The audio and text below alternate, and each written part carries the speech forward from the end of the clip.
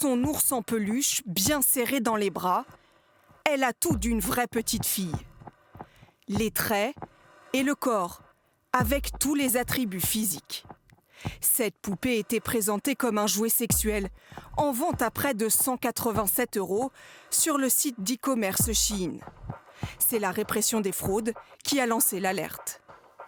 Leur description et leur catégorisation sur le site permettent difficilement de douter du caractère pédopornographique des contenus. Dans les rues de Paris ce matin, stupéfaction des Français rencontrés.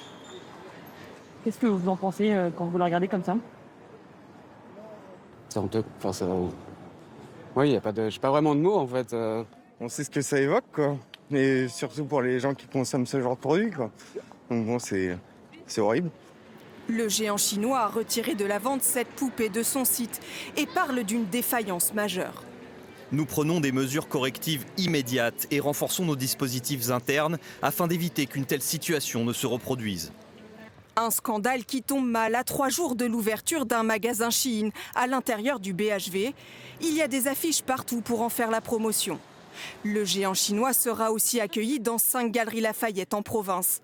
Une manière pour lui de redorer son image, ratée selon cette Parisienne.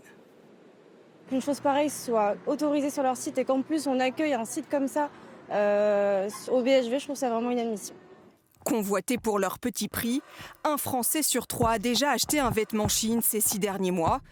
Après avoir été épinglé pour ses mauvaises conditions de travail et son impact environnemental, la quête de légitimité du géant chinois est à nouveau dans la tourmente.